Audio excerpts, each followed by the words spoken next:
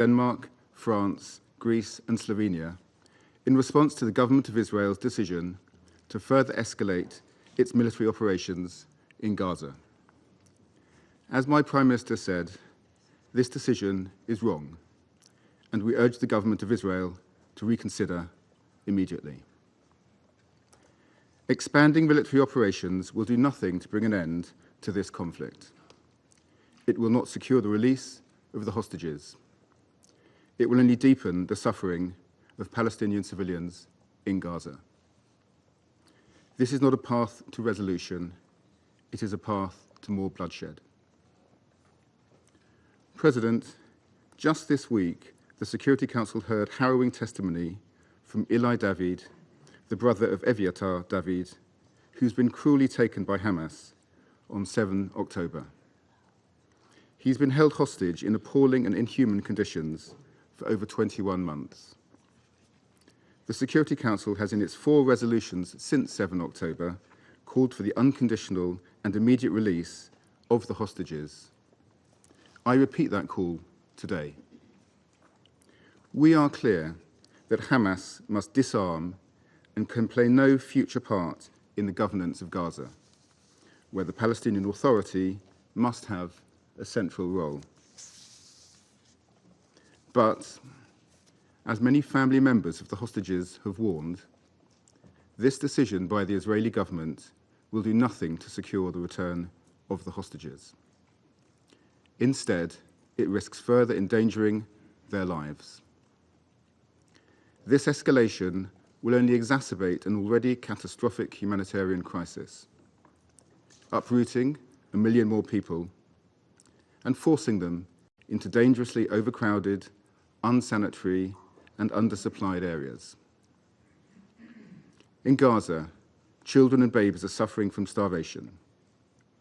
Hundreds of civilians have been killed trying to access basic food supplies. This inhumanity cannot be justified. The partial aid access Israel granted in late July has proven woefully inadequate. We have a clear message for Israel. Urgently and permanently lift all restrictions on aid delivery.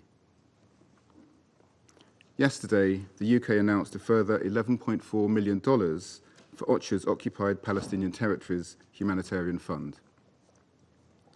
It is vital that the UN and established humanitarian partners can operate safely and at scale, in line with the principles of humanity, impartiality, neutrality, and independence.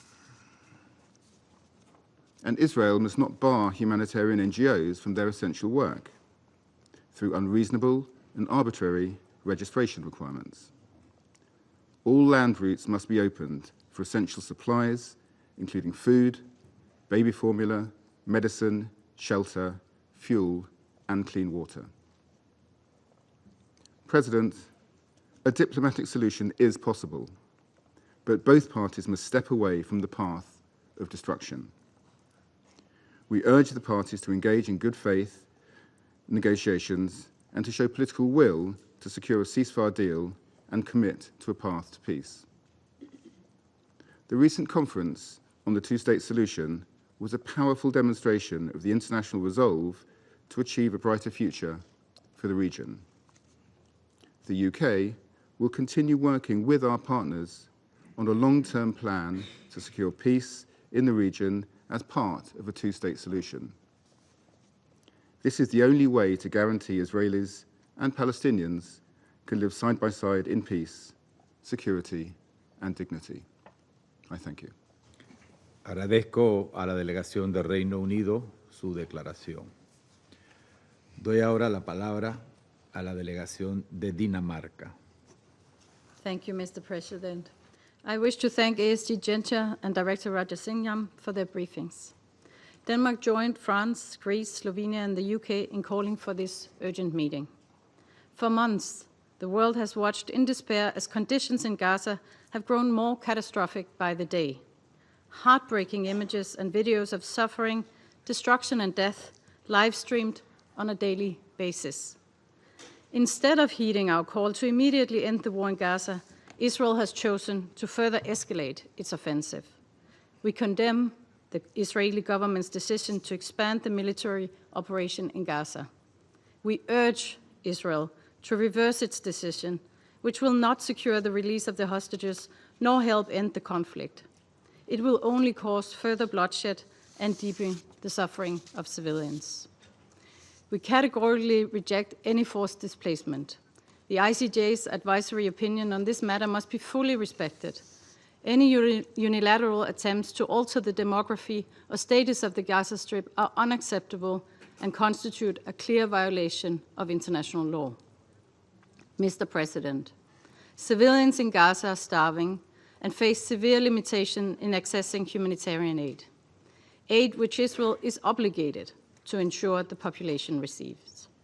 According to OCHA, 1 in 3 people in Gaza has not eaten for days, and over 1,300 of them have been killed while seeking food, most of them young men and boys desperately seeking to feed their families.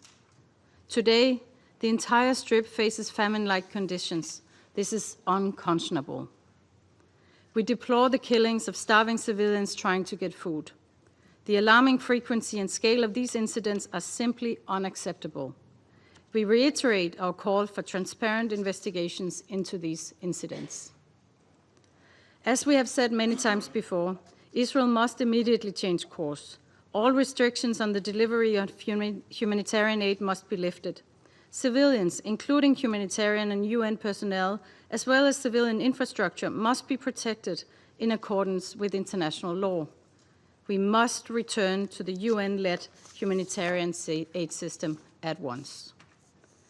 Humanitarian aid must cease to be politicized and used as a political bargaining chip in Gaza. Denmark firmly condemns the heinous terrorist attacks on 7 October 2023 perpetrated by Hamas. There can be no justification for this attack, nor for the continued maltreatment of the remaining hostages. However, Israel's response must be exercised in compliance with international law and with full respect for international humanitarian law. The fight against terrorism cannot come at the expense of the rules that safeguard humanity. To conclude, Mr. President, the violence in Gaza must end. To the parties, we demand a return to a ceasefire, the delivery of humanitarian aid with no restrictions, and the immediate and unconditional release of all the remaining hostages. Denmark will never go back on those principles and will continue to reiterate these demands. We will not tire in our support to the two-state solution, and we will not tire in our commitment to peace in the Middle East. We urge the warring parties to stop burying peace in the rubbles. Thank you. Agradezco a la delegación de Dinamarca su declaración. Doy ahora la palabra a la delegación de Francia. Monsieur le Président, je voudrais vous remercier d'avoir convoqué cette réunion d'urgence que nous avons demandée avec nos partenaires européens du Conseil de sécurité. Je remercie également le sous-secrétaire général, M. Miroslav Jenča, ainsi que M. Ramesh Rajasingham du BCAH pour leurs interventions aujourd'hui. Face à la gravité des dernières annonces faites par Israël, il nous fallait tirer la sonnette d'alarme. Comme nous l'avons indiqué le 8 août dernier, la France condamne, dans les termes les plus forts, le plan du gouvernement israélien d'étendre ses opérations militaires pour prendre le contrôle de la ville de Gaza en vue de contrôler militairement l'ensemble de la bande de Gaza. La France appelle le gouvernement israélien à revenir sur cette décision. Elle rappelle sa ferme opposition à tout projet d'occupation, d'annexion et de colonisation de la bande de Gaza et de déplacement forcé de sa population. De telles actions constitueraient de nouvelles violations caractérisées du droit international d'une extrême gravité, contraires aux principes fondamentaux sur lesquels se base cette organisation et en contradiction avec l'avis consultatif de la Cour internationale de justice du 19 juillet 2024. Elle représenterait, par ailleurs, une menace pour la sécurité régionale et mènerait à une impasse absolue. L'extension et l'intensification des opérations militaires israéliennes dans les zones les plus densément peuplées de Gaza auraient des conséquences humanitaires dramatiques. À Gazaville, mais également dans le reste de Gaza, les civils survivent déjà dans des conditions effroyables. Les images d'enfants mourant de faim ou de civils pris pour cible alors qu'ils cherchaient de la nourriture sont insoutenables. Il est essentiel qu'Israël se conforme à ses obligations en vertu du droit international humanitaire. Les annonces et demi-mesures ne suffisent pas. Les populations et infrastructures civiles doivent être protégées. Israël doit, de toute urgence, ouvrir tous les points de passage pour permettre un acheminement immédiat, massif, sûr et sans aucune entrave de l'aide humanitaire sur tout le territoire. Israël est tenu de permettre aux Nations unies et à tous les acteurs humanitaires, dont les organisations non gouvernementales internationales, d'opérer librement et en toute sécurité. La mise en œuvre de la décision du gouvernement israélien ne contribuera en rien à la sécurité d'Israël et de ses ressortissants, en particulier celle des otages encore détenus par le Hamas à Gaza. La France appelle à nouveau vigoureusement le Hamas à leur libération immédiate, inconditionnelle, et à se saisir des propositions de cessez-le-feu plutôt que de prolonger, par son attitude d'obstruction, le calvaire de la population de Gaza. La France appelle au désarmement du Hamas et à sa reddition. Monsieur le Président, l'avenir de la bande de Gaza doit s'inscrire dans le cadre d'un futur État palestinien dirigé par l'autorité palestinienne. La France continuera à se mobiliser pour la mise en œuvre de la solution à deux États, la seule qui puisse garantir une paix et une sécurité durable pour les Israéliens et les Palestiniens, comme elle l'a fait lors de la conférence de New York, coprésidée avec l'Arabie saoudite. Nous appelons tous les États à s'inscrire dans cette dynamique collective en endossant la déclaration de New York, qui propose des mesures concrètes pour préserver la solution des deux États et œuvrer à la stabilisation de la bande de Gaza. Elle propose également le déploiement d'une mission internationale temporaire de stabilisation afin d'assurer la sécurité des Israéliens et des Palestiniens. Monsieur le Président, après 22 mois de souffrance, le calvaire enduré par la population de Gaza et par les otages doit cesser immédiatement. C'est pourquoi nous appelons le gouvernement d'Israël à revenir sur sa décision de prendre le contrôle militaire de la bande de Gaza. La France réitère son appel à un cessez-le-feu immédiat et permanent, à la libération des otages et à l'acheminement massif et sans entrave de l'aide humanitaire. Je vous remercie. Agradezco a la delegación de Francia su declaración. Doy la palabra a la delegación de Grecia. Thank you, Mr. President, and thank you for convening this urgent meeting upon the request of the European members of this Council.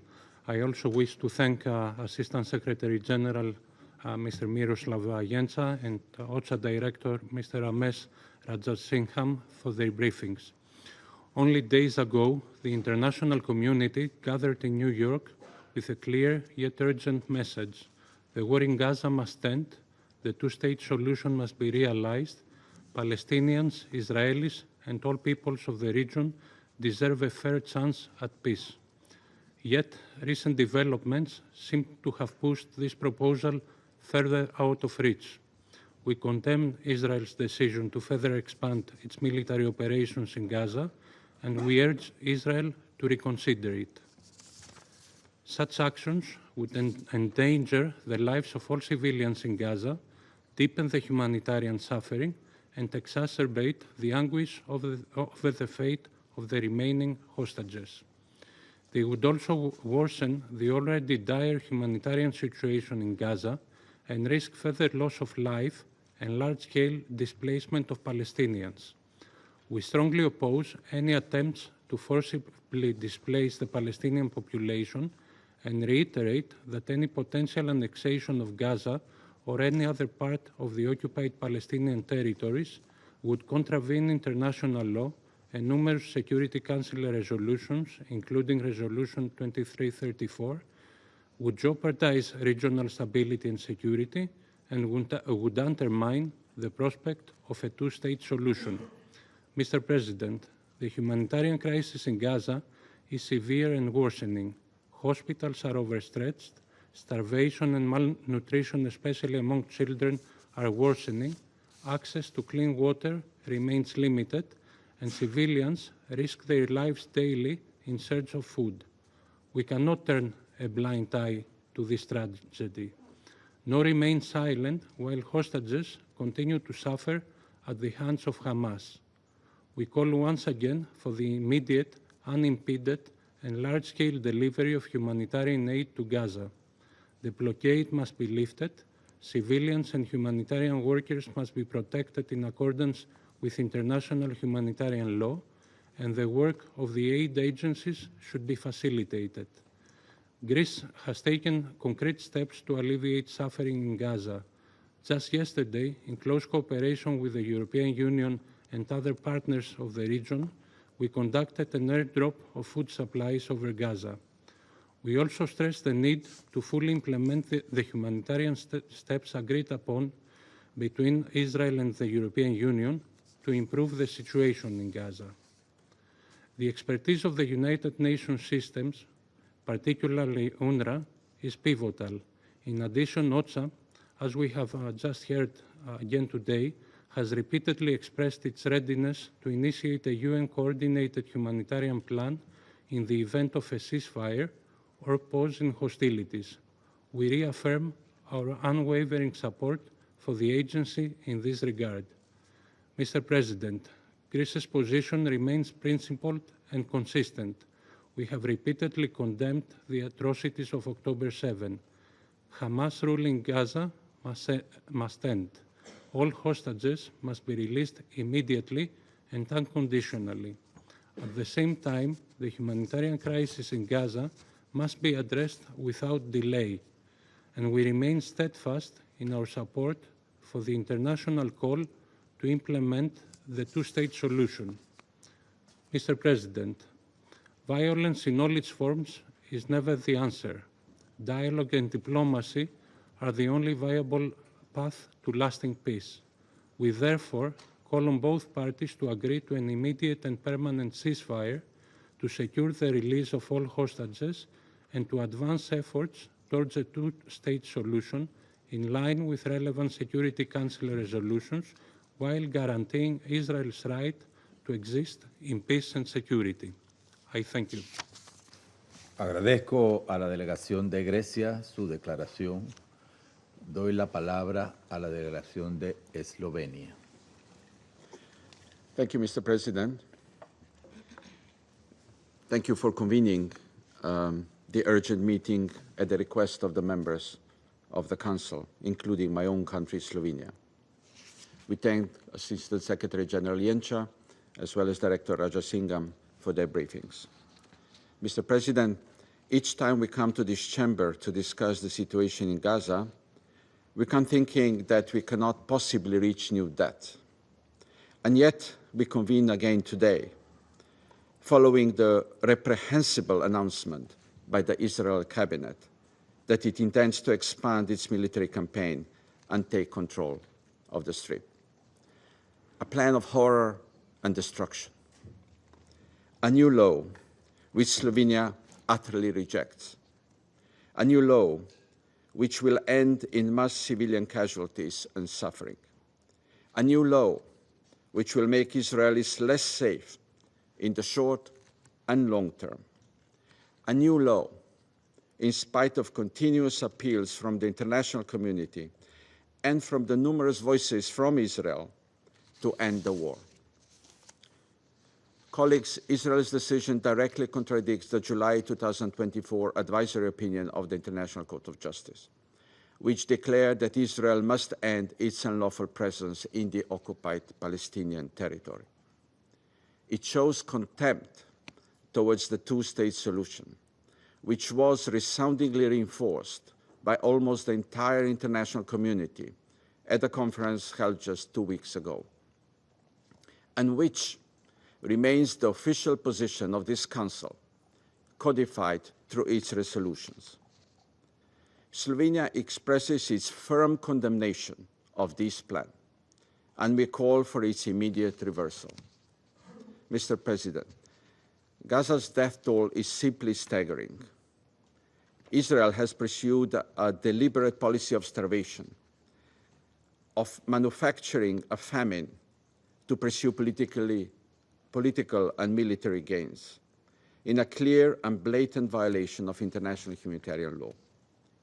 The aerial photos which have emerged of Gaza in recent days show nothing but total destruction, a piece of land reduced to dust.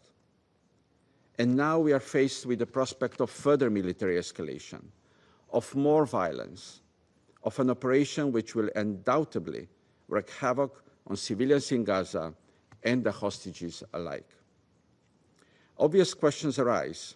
What will happen to those surviving Palestinians once Israel launches its takeover, particularly the 1 million people living in Gaza City, whose lives already hang in the balance, exhausted by attacks and denied aid? We will not be able to claim that we didn't know. We know that civilians are destined to suffer further mass casualties. We know that they will be displaced once more, chased from corner to tiny camps or even beyond. What will become of the hostages? Just 4 days ago, we heard the heartbreaking testimony of Eli David, brother of Eviatar David, who is still held hostage by Hamas in Gaza. He told us in clear terms that we cannot wait any longer. Who, if not this Council, can stop the killing? Every minute counts for Eviatar. Every minute counts for countless civilians caught in the fire in Gaza. We cannot simply accept a forever war and the continued destruction and traumatization of generations of Palestinians and Israelis. Ambassador Mansour on Tuesday used the words, "We chose peace." The Palestinian Authority has made commitments to comprehensive reforms necessary to govern Gaza and the West Bank. Does the Israeli leadership have the moral clarity to abandon military adventurism and choose peace? Does Hamas have the courage to choose peace, disarm, and to release the hostages immediately and without condition in full dignity? Colleagues, all civilians in Gaza, Israelis and Palestinians, are hostages. Our responsibility to move to protect them against upcoming military onslaught weighs heavy on our shoulders, including as an elected member of this Council. The impunity felt by the occupying power needs to be stopped. We listen and we hear a global cry for the war to stop, for hostages to be freed, for aid to flow in. We need to take action. That's why this Council was created, and that's why the Charter provided the Council with many tools to maintain peace and security. We stand ready to do whatever it takes to stop the killing and suffering. Thank you. Agradezco a la delegación de Eslovenia su declaración. Doy ahora la palabra a la delegación de Argelia. Mr. President, at the outset, I thank you for the prompt scheduling of this meeting, a meeting requested by almost all members of this Council, a meeting born of urgency. we extend our appreciation to ASG Yanka and to Mr. Rajasingham for their sobering briefings on the catastrophic reality in Gaza. Yes, Gaza is facing hell. It is in the hands of an occupying power that threatens the international peace and security. Algeria condemns in the strongest terms the decision of the Israeli cabinet to displace the entire population of Gaza City and northern Gaza, and to impose full military control of the Gaza Strip, as if Gaza was not already under occupation, as if Gaza was not already under inhuman siege. These are war crimes, and those who draw their maps in blood must not walk in the shadow of impunity. Justice must call them by name. There must be accountability. Mr. President, after 22 months of forced displacement, 22 months of starvation, 22 months of ethnic cleansing, such an operation would not merely ruin Gaza. It will just annihilate what remains of it. As if killing more than 62,000 people were not enough. As if killing more than 18,000 children for God's sake, were not enough. As if killing more than 12,000 women were not enough.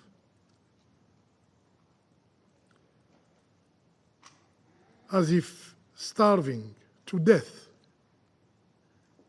more than 200 human beings were not enough. The list is too long, too heavy, too dark for this page to hold, and yet, persisting in their genocidal tactics, the Israeli occupying power plan more. Can you imagine what will be left if they execute their plan? Their objective is clear, crystal clear, to push an entire people outside their homeland. Palestinians shall have no state, no flag, no future in their land. No Palestinian shall stay from the river to the sea. Yet, they forget. They forget that the land remembers its sons. They forget that olive trees do not surrender to the axe. They grow back from the root. Despite the brutality of the oppression, Palestinians will not abandon their homeland. Palestinians will not let go their rights. We believe in their resilience, as we believe that Gaza, although wounded and bleeding, will one day rise again. Mr. President, let us be clear. The Israeli authorities care nothing for international law. They care nothing for this council. They care nothing for humanity itself.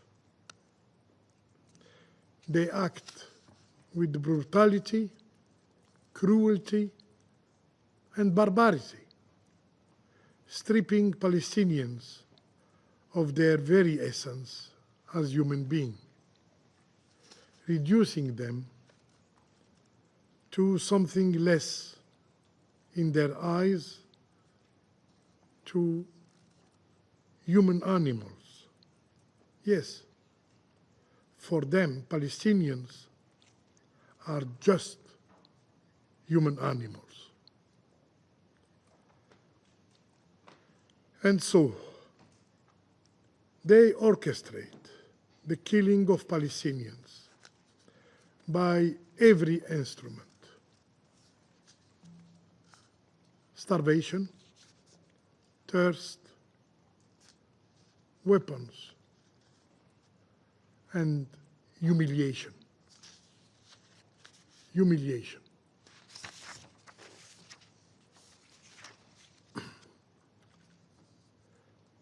Mr. President, faced with this genocide, every voice has risen. The International Court of Justice investigates the plausible crime of genocide by the Israeli occupying power. The International Criminal Court pursues those who sign their names in the records of war crimes. The General Assembly condemns repeatedly the occupation and demands its end. The United Nations Human Rights Council counts the wounds and denounces its violation. And yet, in this chamber,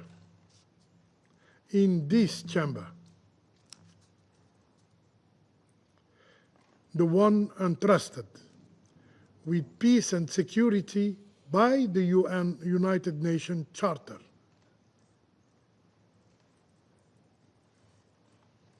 sits. The Council sits silent. The Council says nothing. And silence is not neutral. Silence kills. Mr. President, the Security Council must rise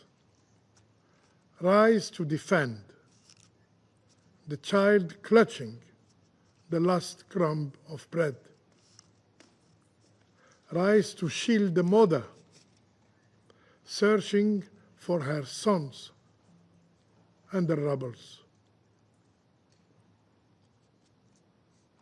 Rise to help the father wounded while seeking help to feed his kids. Rise to break the silence, to break the cycle of impunity. This Council must act decisively, resolutely, by resorting to its utmost tools to act under Chapter 7 of the Charter. The hour has come to impose sanctions on the hand that steals the land, on the flag that flaps over ruin. The hour has come to impose sanction on the enemy of humanity. I thank you. Agradezco a la delegación de Argelia por su declaración. Doy la palabra a la delegación de Somalia.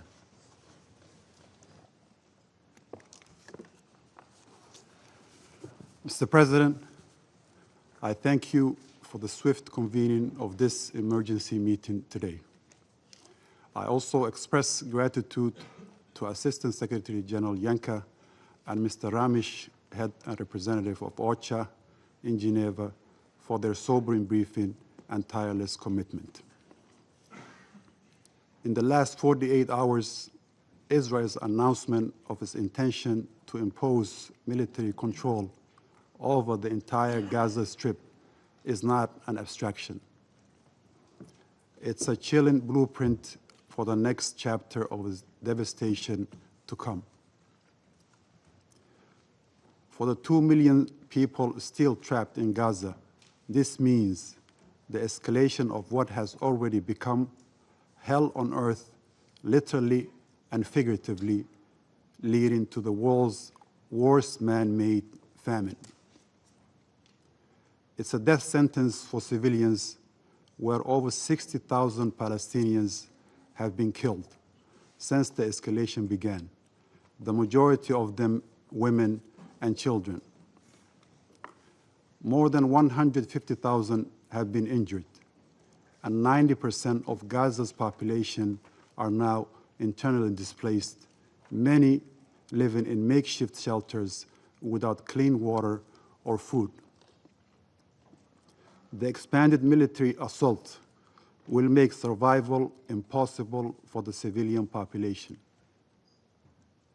The International Court of Justice, in its recent advisory opinion, reaffirmed the legal obligation of Israel regarding the occupied Palestinian territory. The court was unequivocal. The occupation, the blockade, the denial of humanitarian access, and actions resulting in collective punishment violate international law. The continued targeting of essential services and the forcible displacement of the Palestinian people from their land in Gaza or the West Bank, including East Jerusalem, directly contradicts the principles this Council exists to uphold. We also stress the necessity of preserving the legal and historical status quo at the Islamic and Christian holy sites in Jerusalem, recognizing the essential role of the Hashemite custodianship in this regard. We are gravely concerned about the recent incidents at Al-Aqsa Mosque and reiterate that any provocation or violation undermines peace and stability and must be unequivocally condemned. Mr. President, we have heard enough talk of security as a pretext for collective punishment. True security cannot be built upon the ruins of justice. There can be no peace while occupation persists, and no real security unless the rights of Palestinians, including the right to self-determination, are recognized and protected.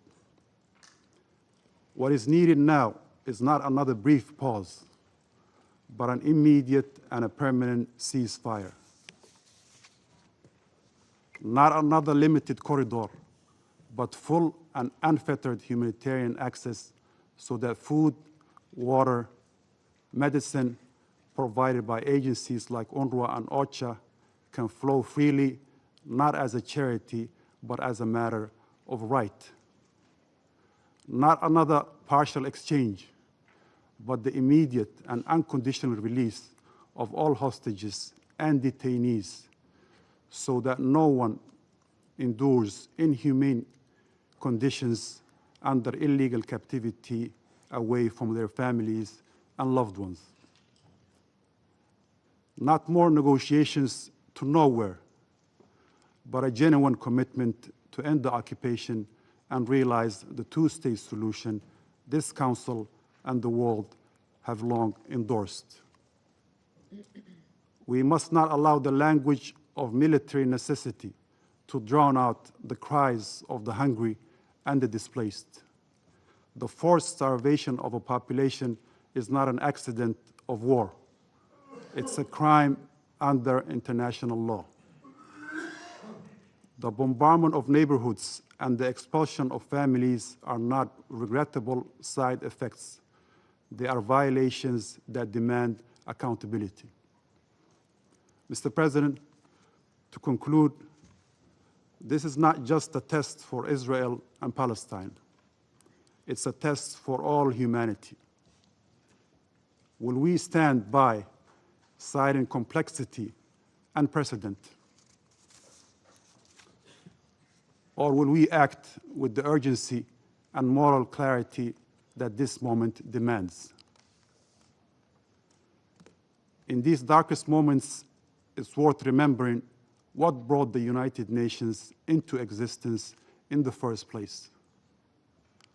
Our charter opens with a solemn pledge, and I quote, "to save succeeding generations from the scourge of war," end of quote.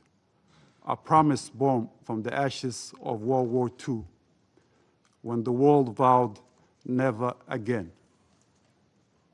Yet, 8 decades later, we are confronted once more with the images and the realities of children buried beneath rubble, starvation used as a weapon, families uprooted, and entire communities erased. If we cannot act now to uphold this promise in Gaza, we must ask ourselves,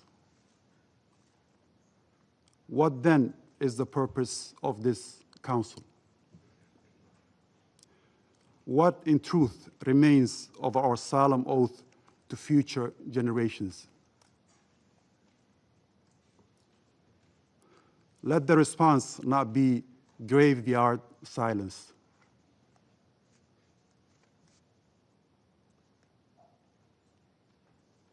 And silence in moments like these is not neutrality. For all the victims, it is a verdict. I thank you, Mr. President. Agradezco a la delegación de Somalia su declaración. Doy la palabra a la delegación de la República de Corea. Thank you, Mr. President, for convening this meeting in a timely manner.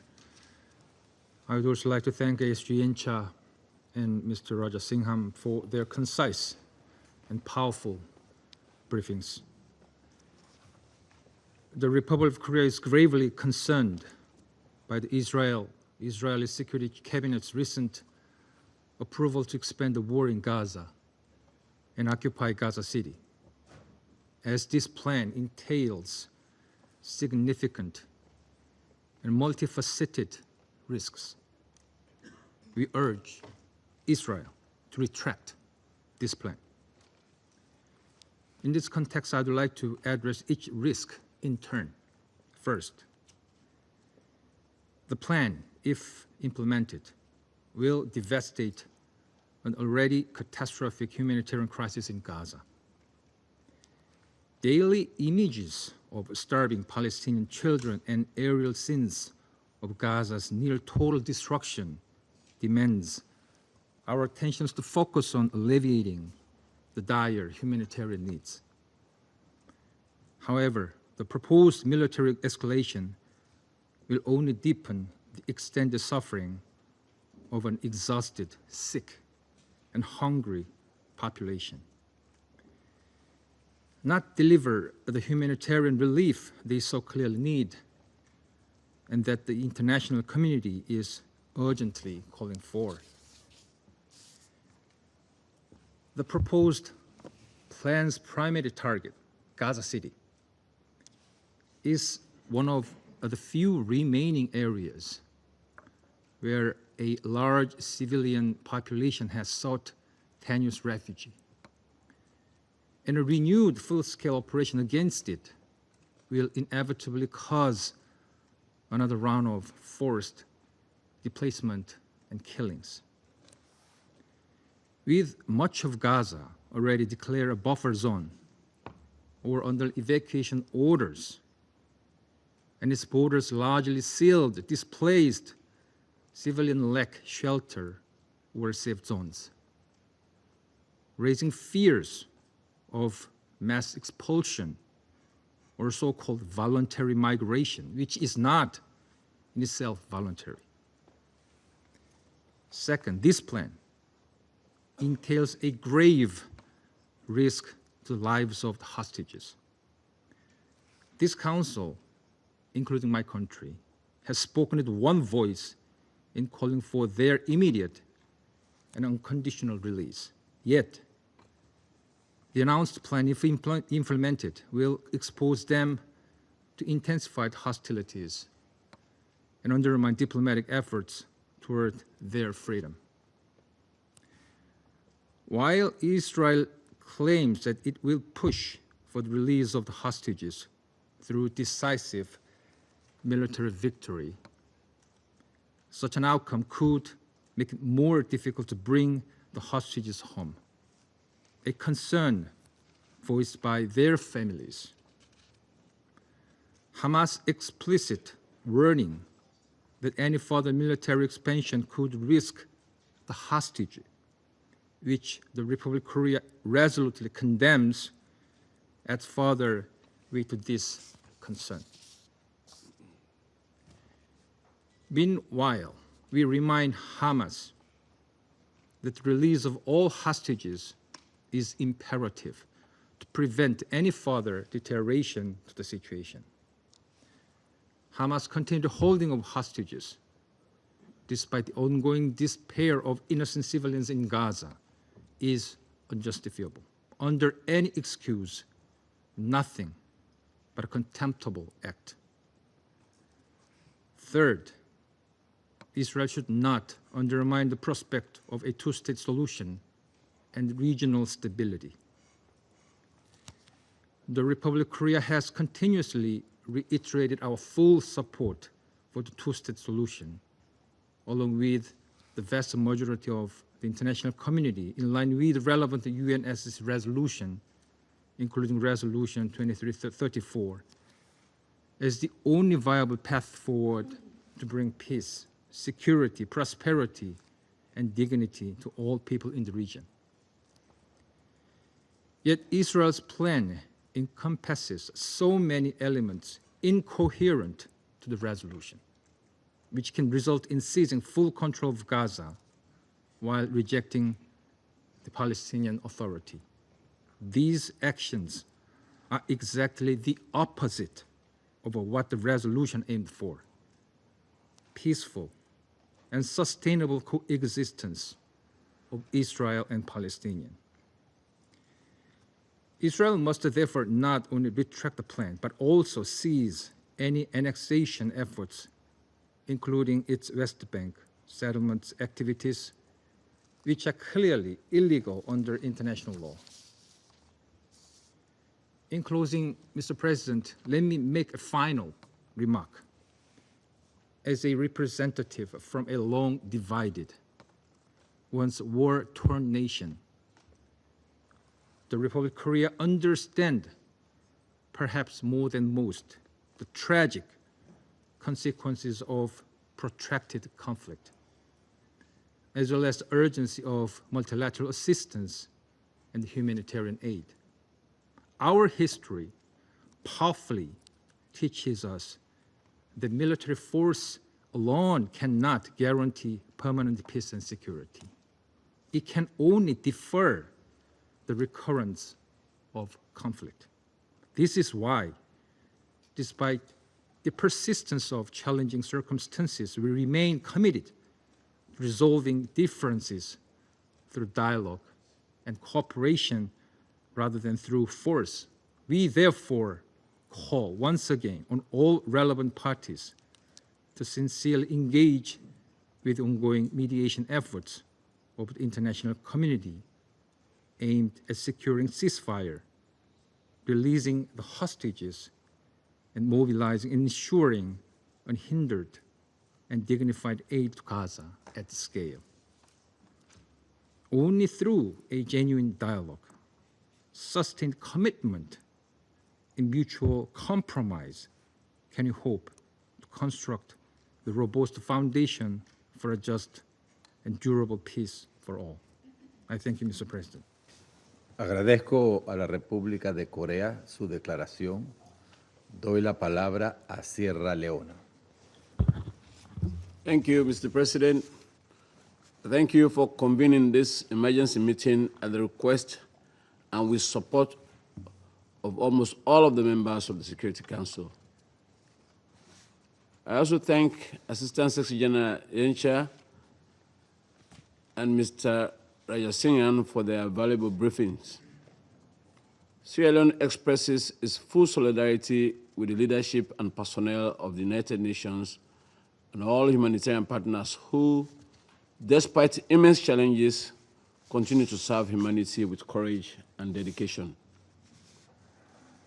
Mr. President, colleagues, the decision by the Israeli Security Cabinet to take control of Gaza City through an expanded military operation has shocked and alarmed the international community and capitals across the world.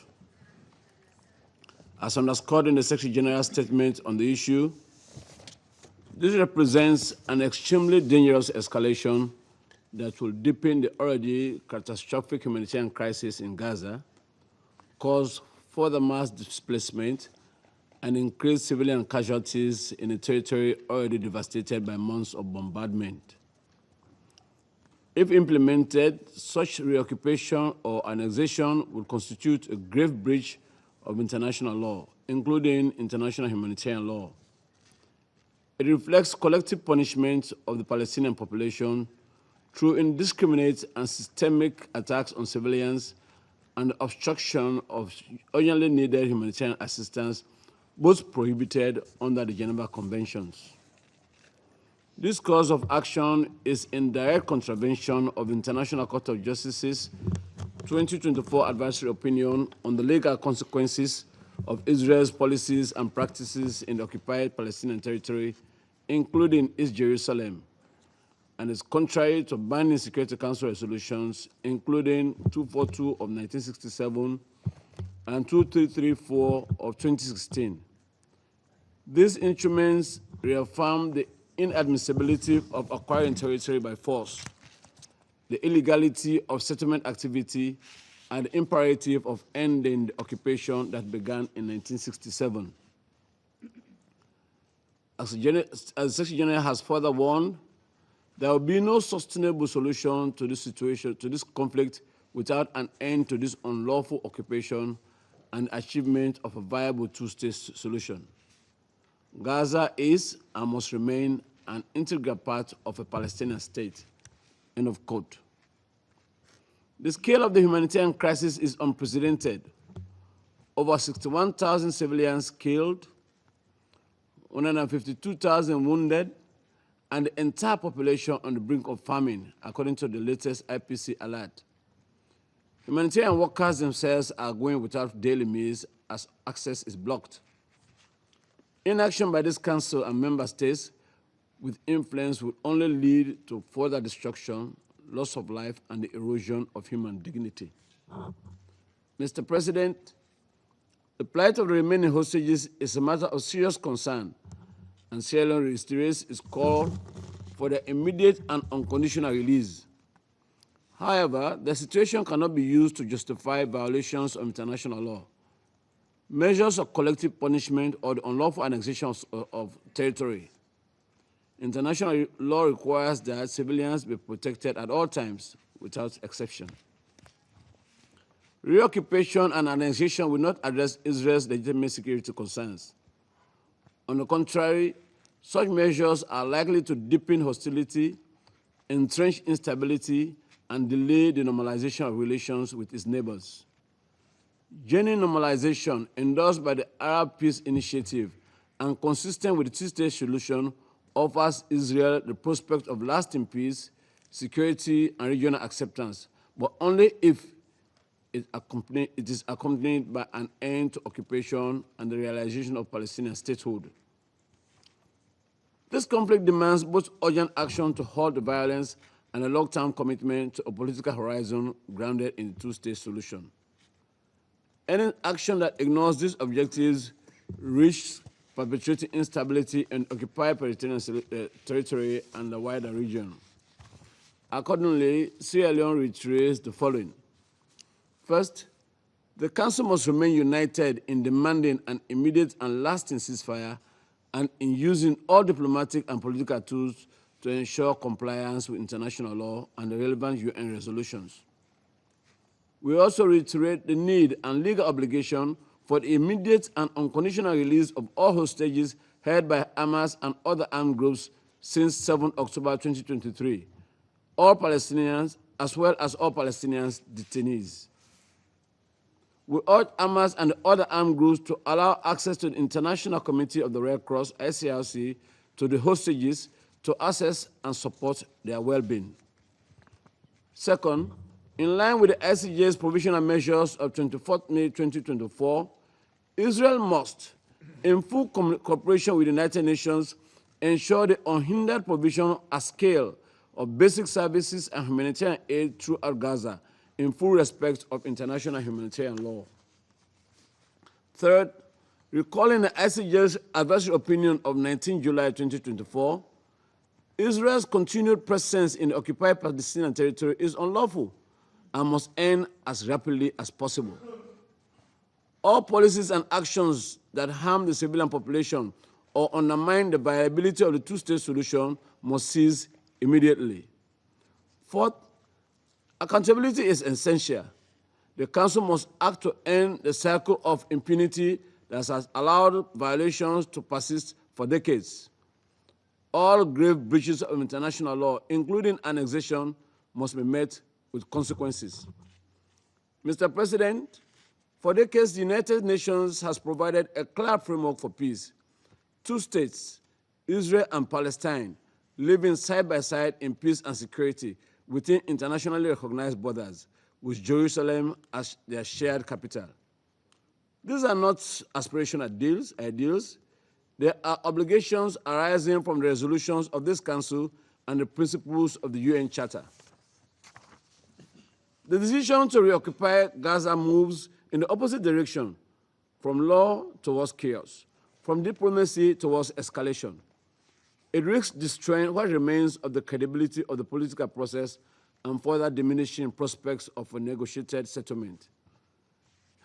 The Council must reject any action that seeks to alter the status of Gaza by force and must reaffirm unequivocally that Gaza is an inseparable part of the Palestinian state. We must work collectively to uphold international law, to end the occupation, and to realize the vision of two states living in peace, security, and mutual recognition.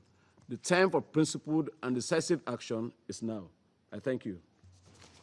Agradezco a la delegación de Sierra Leona por su declaración. Doy la palabra a la delegación de Estados Unidos. Thank you, Mr. President. Thank you, Assistant Secretary General Yensha and Director Rajasingham, for your briefings. Mr. President, the United States government believes that today's meeting is emblematic of the counterproductive role that far too many governments on this Council and throughout the UN system have played on this issue. Meanwhile, the United States has been working tirelessly to free the hostages, end this war, and give civilians in Gaza a future free of Hamas. To do so, we need to place responsibility where it lies, with Hamas, and hold it and other Gaza terrorist organizations fully accountable. Today's meeting, like so many other recent actions, undermines those efforts.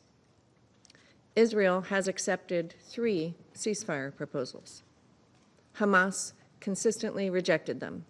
It is not negotiating in good faith. We know this because we are in the room. The simple truth is that this war could end today if Hamas let the hostages and all of Gaza go free.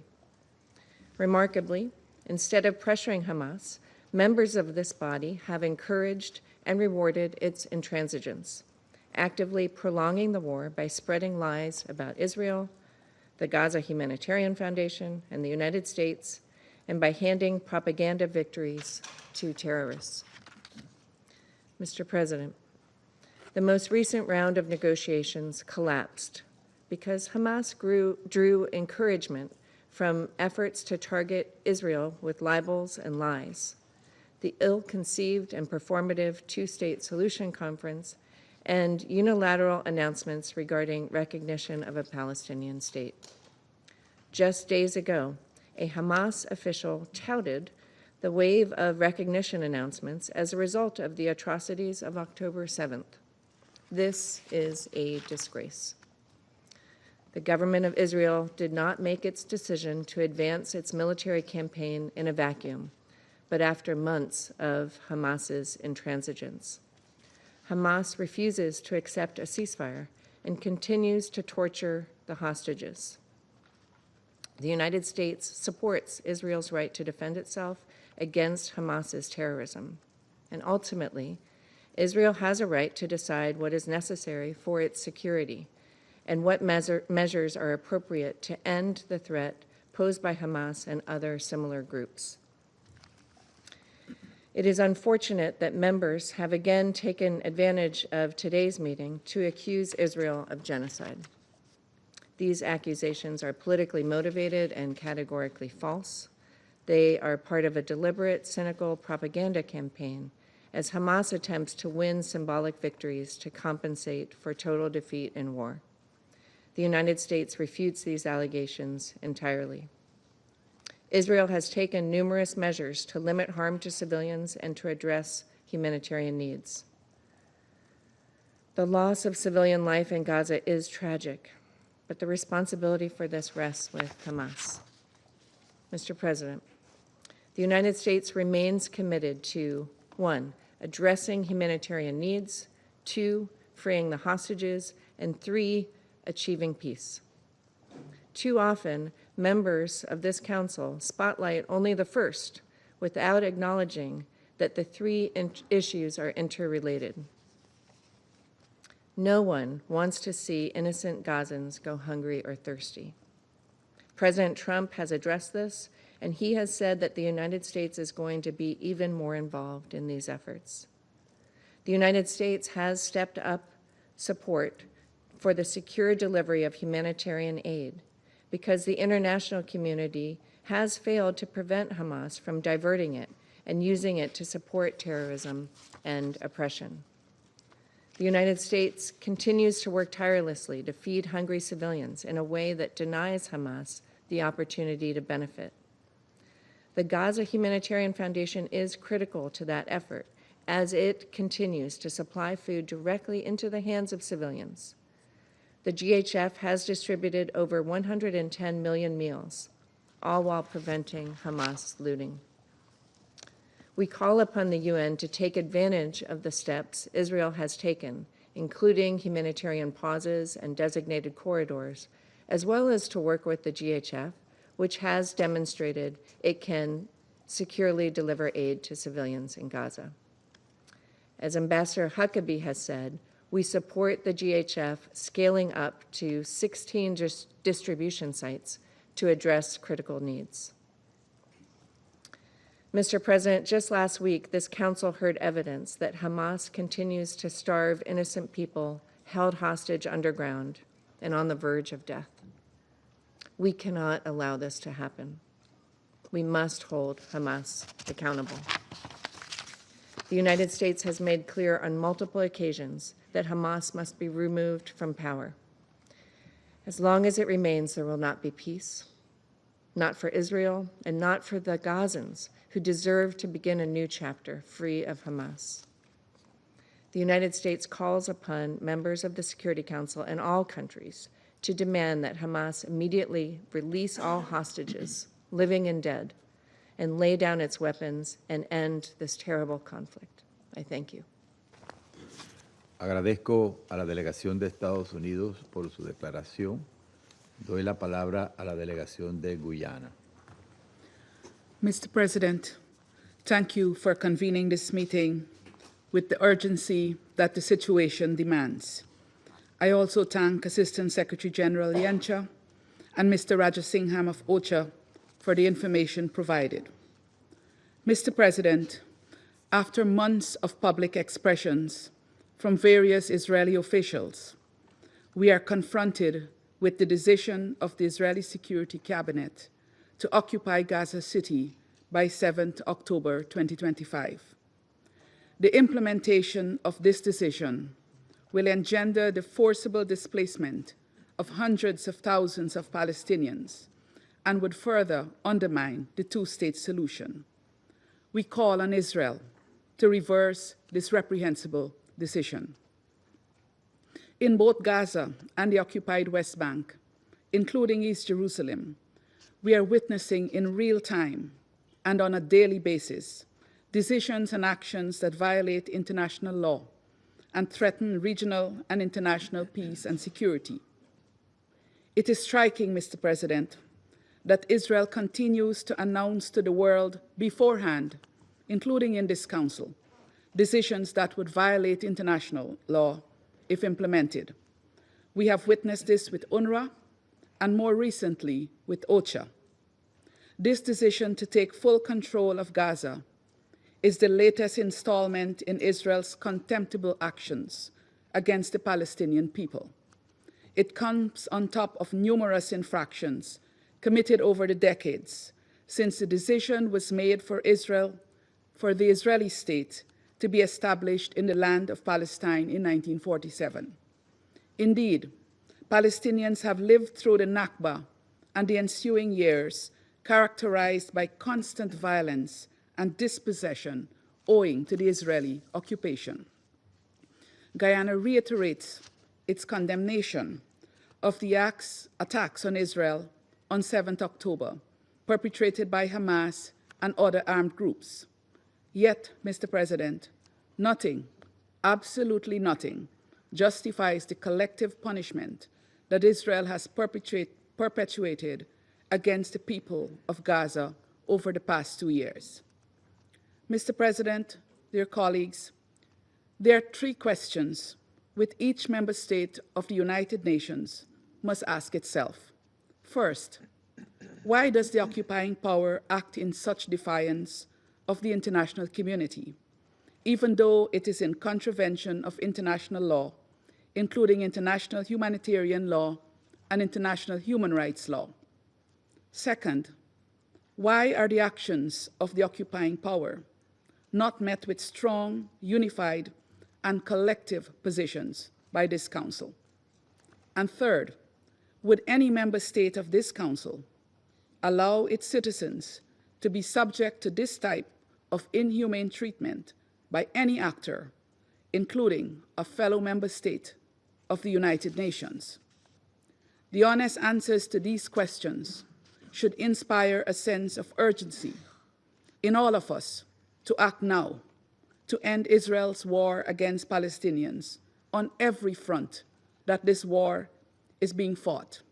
In the occupied West Bank, including East Jerusalem, where Israel continues operations that result in displacement of Palestinians, in injuries and in fatalities, where settler violence has become normalized under the might of the Israeli security forces, where Palestinians continue to lose their property and livelihoods under vexing circumstances, where Israeli officials carry out provocative visits to holy sites, adding another layer to existing tensions, and in Gaza, which is bearing the weight of a humanitarian catastrophe characterized by famine, disease, death, displacement, denial, and yes, impunity.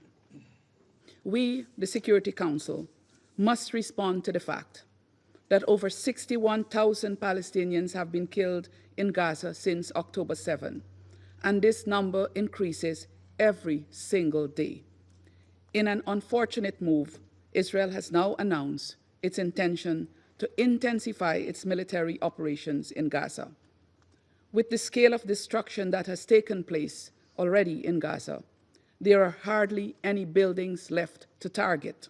Therefore, let us be clear about the objective of intensifying military operations in the Strip and what it would mean for Palestinians who have, to this point, managed to defy the odds and remain alive, humiliated and persecuted as they are. We must also consider what intensified military operations would mean for United Nations personnel and humanitarians who continue to operate in Gaza.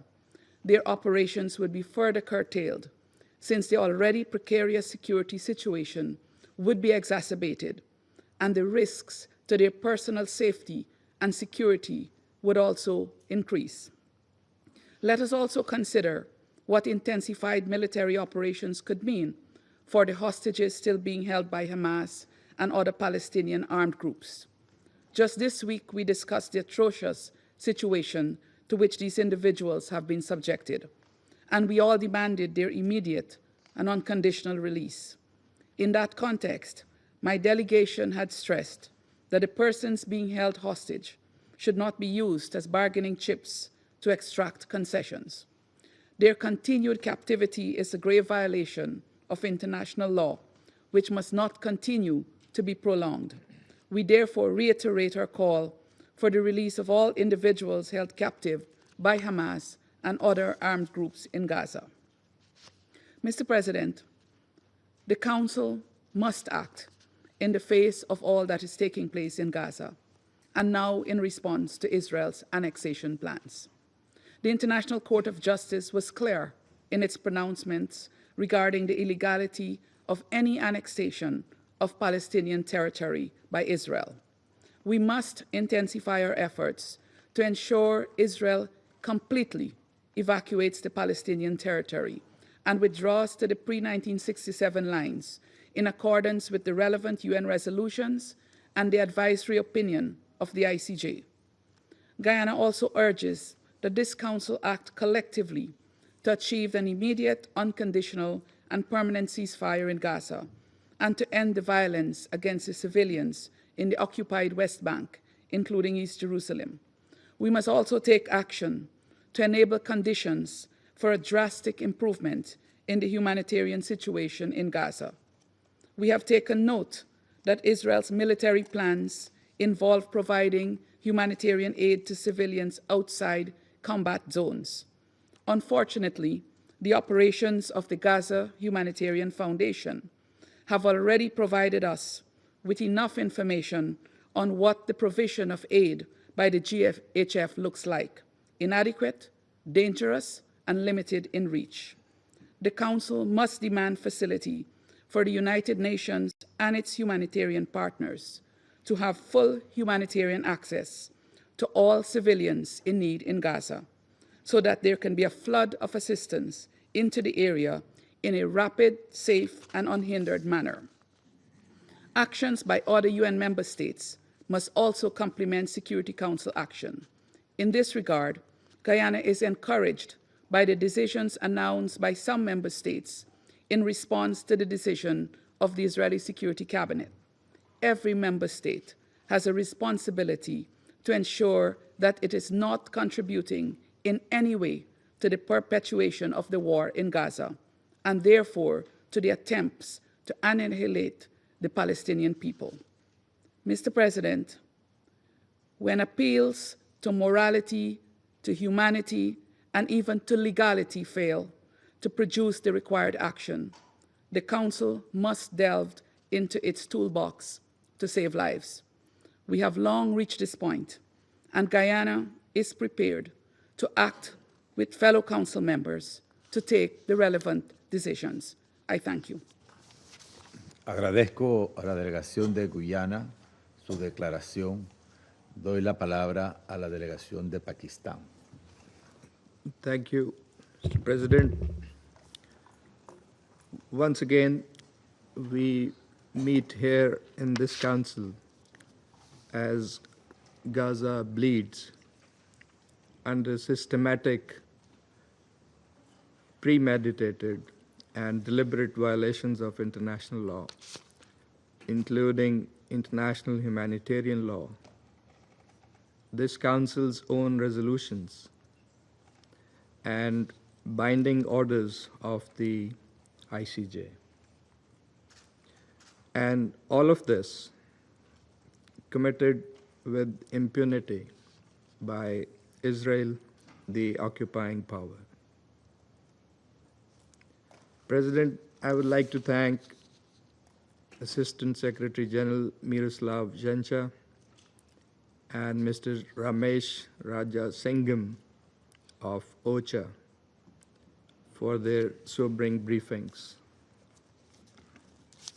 The complementary information shared by the two briefers presents a picture that is beyond belief. A tragedy unfolding before our eyes, in our clear sight, and unfortunately, in this time and age. And while not enough has been done to stop it, to stop Israel, the occupying power, ASG Zhencha has described the Israeli decision to expand military operations in Gaza as a dangerous escalation, and which, if implemented, will displace all civilians from Gaza City. Mr. Zhencha referred to, and I quote, another horrific chapter, and Mr. Rajasingham described it beyond horrific, impossible to describe in words, untenable, and rightly so. And his call to respond to our collective conscience, to uphold international law, are most pertinent. Mr. President, the Prime Minister of Pakistan has strongly condemned the Israeli cabinet's decision to take control of Gaza City, calling it a dangerous escalation in an already catastrophic war against the people of Palestine. And in a joint statement yesterday, the Ministerial Committee, mandated by the Joint Extraordinary Arab-Islamic Summit, along with other countries, including Pakistan, has expressed strong condemnation and categorical rejection of this announcement, denouncing it as an unacceptable escalation, a blatant violation of international law, and a brazen attempt to entrench illegal occupation by force. Mr. President, this latest Israeli move aims to erase Palestinian presence. And contrary to what some claim and expect, this action will extinguish prospects for peace and undermine all regional and international efforts to peacefully resolve this conflict. So let us be clear. It is the culmination of a campaign of ethnic cleansing. First, it violates international law and Security Council resolutions, including 242 and 338, as well as Council's Resolution 2735. Secondly, it threatens mass displacement of over 1 million Palestinians a grave breach of the Fourth Geneva Convention. And thirdly, it actually follows a clear pattern that we have seen: sustained bombardment, killing and maiming of thousands, destruction of an entire infrastructure, dismantling of humanitarian systems, forced starvation and displacement, all culminating in occupation under the pretext of security.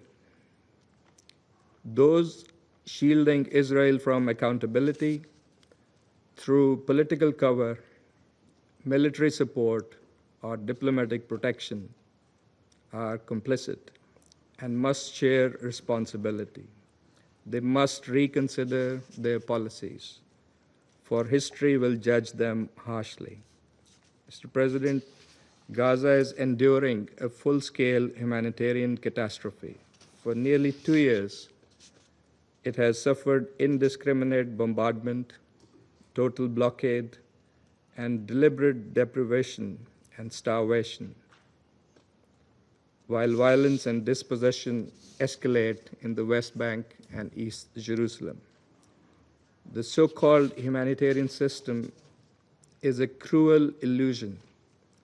Famine is rampant. Civilians are being shot trying to collect food. And as the distinguished representative of Slovenia rightly questioned, can there be a new law? Other colleagues have rightly expressed concern about the long term. But what will be there to salvage in the long term? Pakistan believes the action is needed now. Under the circumstances, this Council must urgently demand Israel, under Chapter 7 of the Charter, to refrain from its stated plan of occupying Gaza City. The Council should also call for an immediate, unconditional, and permanent ceasefire, release of hostages, and exchange of Palestinian prisoners, a complete halt to displacement and aggression, unhindered large-scale humanitarian access, and protection of the legal and historical status quo at Jerusalem's holy sites. Mr. President, the Security Council must be ready to impose a cost on Israel if it defies the demand of the Council and indeed the will of the international community. The Council must enact enforcement measures, including the deployment of an international protection force to save the besieged population. As our Prime Minister has affirmed, the root cause of this ongoing tragedy is Israel's prolonged, illegal occupation of Palestinian territory. As long as this occupation endures, peace will remain elusive.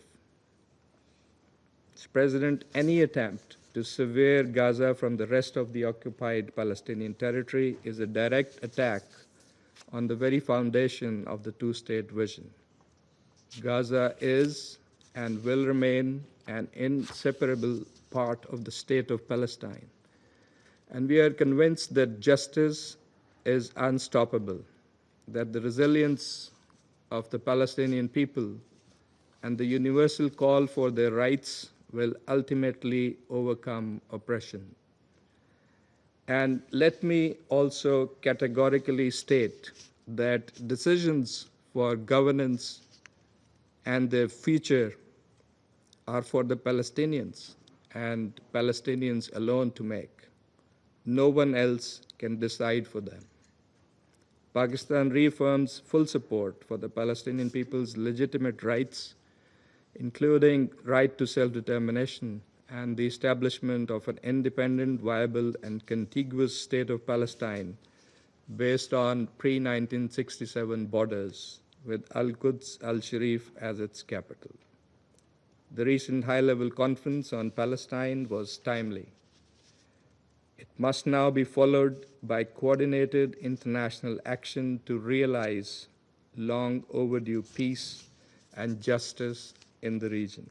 Mr. President, this Council must go beyond statements. It must act to end aggression, to protect civilians, restore justice, and ensure accountability. The credibility of this body and the prospects of peace in the Middle East are at stake. I thank you. Agradezco a la delegación de Pakistán su declaración. Doy la palabra a la delegación de China. 谢谢主席。中方支持英国、丹麦、法国、希腊和斯洛文尼亚倡议召开此次会议。感谢严恰助理秘书长和拉贾辛汉姆先生的通报。加沙冲突延宕22个月，已经造成6.1万多名加沙民众死亡和前所未有的人道灾难。国际社会反复呼吁加沙停火止战，但令人担忧的是，局势正持续向更加危险的方向发展。面对当前紧迫局势，国际社会，包括安理会，必须在更大的灾难发生前采取一切必要的行动。我讲4点。第一，必须坚决反对占领加沙的企图。近日，以色列安全内阁批准接管加沙计划，中方对此表示严重关切，敦促以色列立即停止危险举动。加沙属于巴勒斯坦人民，是巴勒斯坦领土不可分割的一部分。任何改变加沙人口及领土结构的行为，都必须予以坚决抵制。第二，必须放弃武力至上的迷思。军事手段不是解决问题的出路，立即停火才是拯救生命、让人质获释的正确方式。持续升级对加沙的军事进攻，只会造成更多的杀戮和死亡。我们也注意到，立即实现停火，让人质早日回家，同样是广大以色列民众和人质家属的希望。以色列政府应当听取国际社会和国内民众的呼声，立即停止加剧紧张局势升级的行为，停止对加沙的军事行动。对当事方有重要影响力的国家，应秉持公正负责任的态度，采取切实行动，推动停火。第三，必须缓解加沙人道灾难。加沙已处于饥荒的边缘，近200人因饥饿而死亡。以色列持续发布强制撤离令，覆盖87%以上的加沙领土，导致190多万人反复流离失所。200万加沙民众的生命绝不能成为战争的牺牲品。人道物资武器化不可接受，集体惩罚加沙民众不可接受，袭击寻找物资的平民和人道工作者不可接受。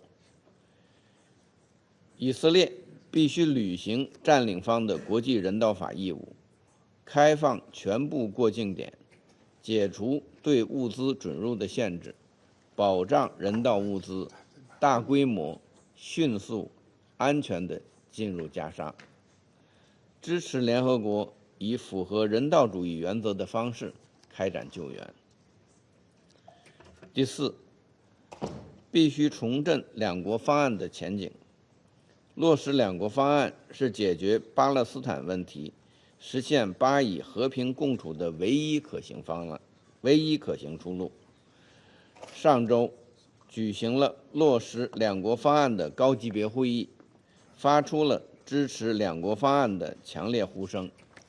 国际社会应当延续这一积极势头，加大努力，推进两国方案的政治进程，共同抵制任何破坏两国方案基础的单边行动。中方将继续同国际社会共同努力，推动平息加沙战火，缓解人道灾难，落实两国方案，最终实现巴勒斯坦问题的全面、公正和持久解决。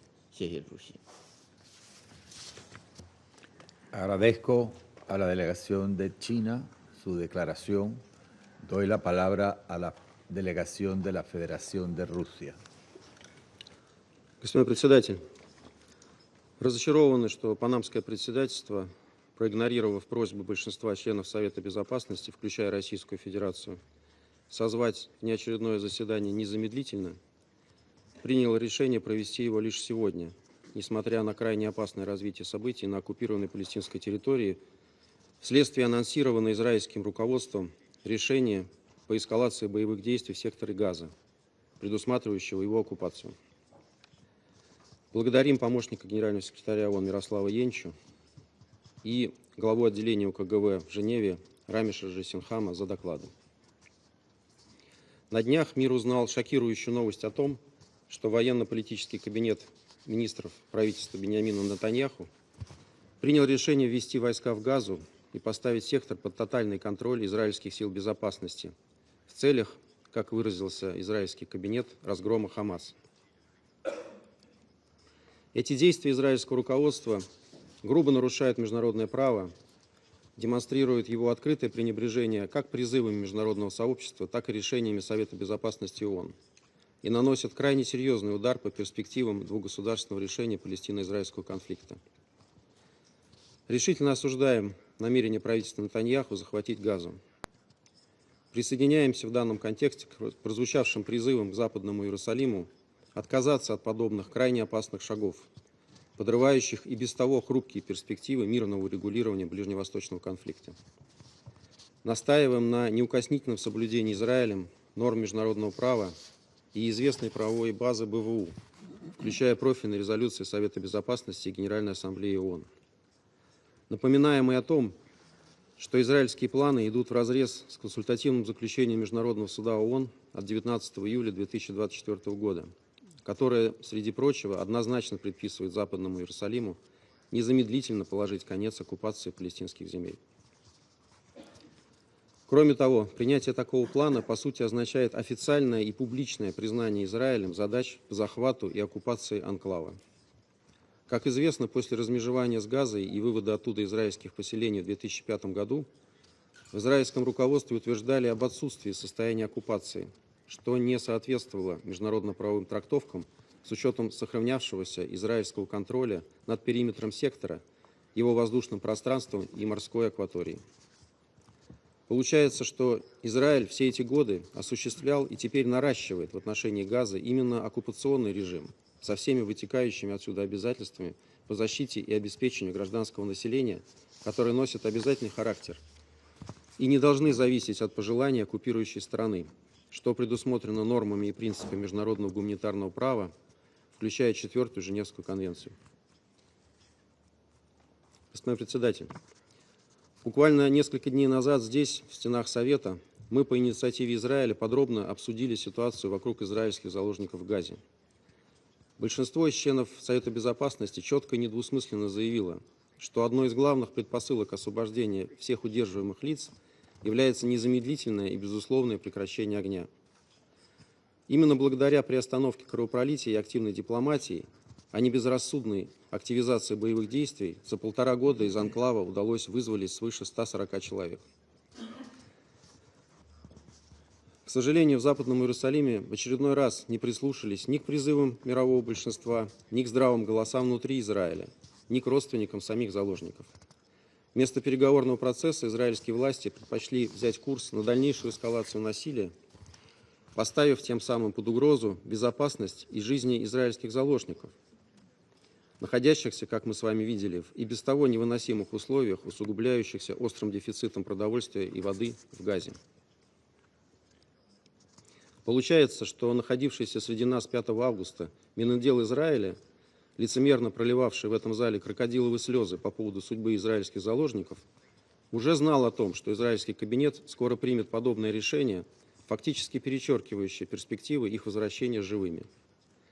Судя по всему, господину Саару было важно подготовить для него почву и продвинуть медиакартинку о якобы солидарности и сочувствии членов Совета Безопасности, чтобы затем продолжить убивать палестинцев. Подобная попытка манипулирования Совбезом во внутриизраильских целях просто не укладывается в голове. Как не укладывается и то, как может еврейский народ, столкнувшийся с Холокостом в годы Второй мировой войны, сегодня помещать палестинцев в гетто и добиваться их полного уничтожения. Как все-таки быстро забываются уроки истории. Очевидно и то, что реализация планов израильского руководства по полной зачистке анклава лишь еще больше осложнит гуманитарную ситуацию в Газе. Ведь, по сути, уже анонсированы новые массовые силовые перемещения, а значит, страдания гражданского населения, новые жертвы и рост кровопролития. С учетом того, как развивается конфликт в Газе, у нас нет оснований верить публичным заявлениям израильских властей о намерении обеспечить гражданское население вне боевых зон всем необходимым. Те методы, которые Израиль использует для распределения продовольствия, известны. Они антигуманны, противоречат нормам МГП и приводят лишь к гибели мирного населения. Это, в частности, наглядно подтверждает деятельность так называемого гуманитарного фонда для Газы. В местах распределения пайков уже погибло свыше 1500 палестинцев. Не надо забывать, что предполагающиеся планом перемещения мирных жителей в условиях боевых действий, а также использование голода в качестве оружия, могут быть квалифицированы в качестве военных преступлений и преступлений против человечности. Кроме того, подобные действия могут подпадать под статью 2, пункт С, Конвенции о предупреждении преступления геноцида и наказания за него от 1948 года, которую Израиль ратифицировал в 1950 году. Господин председатель, в заключение хотели бы отметить, что позавчера в интервью одному из американских телеканалов Биньямин Нетаньяху сказал о намерении создать в Газе альтернативную администрацию, которая предоставит газовитянам, цитирую, «иное будущее». Такая администрация, по словам Нетаньяху, не будет палестинской. Это, в свою очередь, противоречит многочисленным общепризнанным международно-правовым пониманиям о секторе Газа как неотъемлемой части будущего палестинского государства. Со своей стороны, предлагаем задуматься над историческими вопросами. Какое будущее может быть у людей в условиях оккупации и что им сказать родственникам более 60 тысяч погибших, у которых уже нет никакого будущего? Сколько еще должно погибнуть палестинцев, прежде чем этой бесчеловечной резне будет положен конец? И сколько еще будут закрывать глаза на этот беспредел те, кто последовательно и во всем поддерживает Израиль и не дает Совету Безопасности действовать? Со своей стороны последовательно и неизменно выступаем за дипломатическое урегулирование палестинского вопроса на основе формулы двух государств для двух народов, при реализации которой законные обеспокоенности Израиля в сфере безопасности будут удовлетворены, равно как и законные чаяния палестинского народа на собственное государство. Альтернатива этому – гибель еще десятков тысяч ни в чем не повинных людей, включая продержавшихся почти 2 года в плену израильских заложников. Совет Безопасности ООН просто обязан не допустить подобного сценария. Надеюсь, что это скоро, наконец, осознают и в Вашингтоне. Пока же, как мы понимаем, несмотря на заверения Госдепартамента о продолжении, цитирую, реальных и серьезных дипломатических усилий по прекращению страданий в Газе, освобождению заложников и достижению постоянного мира, конец цитаты, Соединенные Штаты попросту умывают руки и предоставляют Западному Иерусалиму карт-бланш на полную свободу действий в Газе. Благодарю за внимание.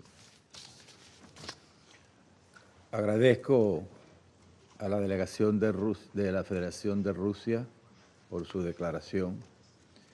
A continuación, formularé una declaración en calidad de representante de Panamá.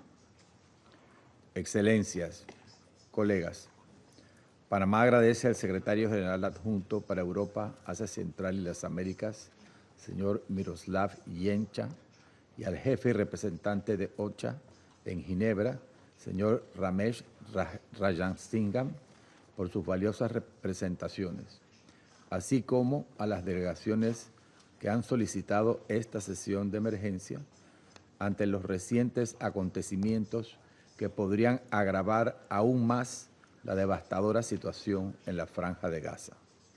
Saludamos también la presencia de las delegaciones de Israel, Irak, Kuwait, Senegal y el Estado Observador de Palestina. Panamá ha sostenido, y lo reitera hoy, que siempre es mejor elegir el camino de la moderación, donde nace y transcurre el diálogo, y de la dignidad humana como fundamento de convivencia sobre el que se debe construir la paz.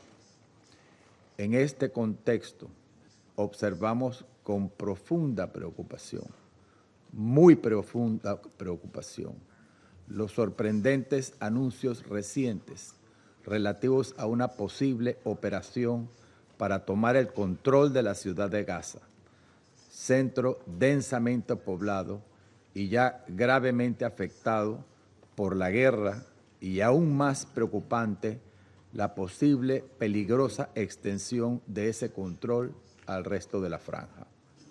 Tal acción, en las actuales condiciones, implicaría riesgos humanitarios incalculables para cientos de miles de civiles gazatíes y para los rehenes que aún permanecen en cautiverio, además de profundizar y alejar a las partes de la mesa de negociaciones.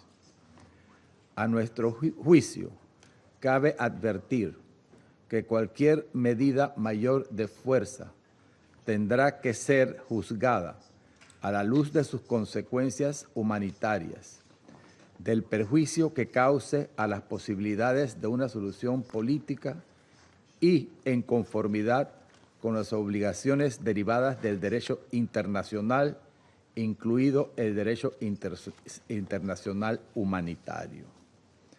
Más de 675 días de conflicto han dejado más de 62.000 civiles muertos, entre ellos 10.000 niños, más de 125.000 heridos, poblaciones enteras desplazadas a la fuerza de un lado al otro una y otra vez.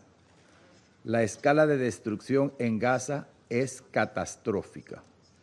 Hospitales y escuelas colapsados, barrios reducidos a escombros, millones de personas sufriendo hambre y sed, que deja generaciones enteras marcadas por la violencia.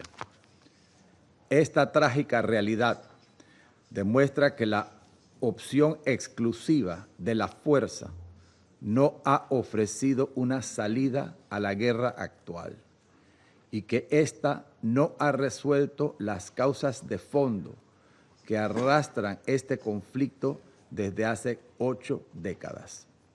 Por el contrario, la opción de la fuerza ha reforzado la lógica de los extremos, alimentando un ciclo de violencia que bloquea cualquier camino hacia la solución política viable. Con los ataques del 7 de octubre, Hamas provocó esta guerra con el asesinato y secuestro de civiles inocentes, apostando al extremismo como su única y cruel estrategia. Ese es el terreno donde busca sostenerse, porque sabe que en la guerra puede prolongar su existencia e impedir avances hacia la paz. Precisamente por ello, no se debe permitir que la narrativa de los extremos se imponga en el terreno. Actuar con la mesura que este momento exige no equivale a debilidad frente al extremismo cruel de Hamas. Proyectaría una voluntad política que rompe con la lógica belicista que ha dominado esta crisis y abre un espacio para proteger vidas y avanzar hacia una solución sostenible. Pese al estancamiento prolongado de las negociaciones, consideramos que no hay otra vía distinta a la de la moderación y el diálogo, que ya ha demostrado resultados concretos, aunque lamentablemente temporales, pero en beneficio de los civiles. Alentamos a los actores que mantienen canales de comunicación establecidos con las partes a redoblar sus esfuerzos de mediación para alcanzar un alto al fuego sostenible, facilitar la liberación inmediata, digna e incondicional de los rehenes y garantizar el acceso adecuado, seguro y continuo de la vital ayuda humanitaria. La experiencia de los días en que estuvo vigente la tregua, aunque frágil, demostró que es posible detener el sufrimiento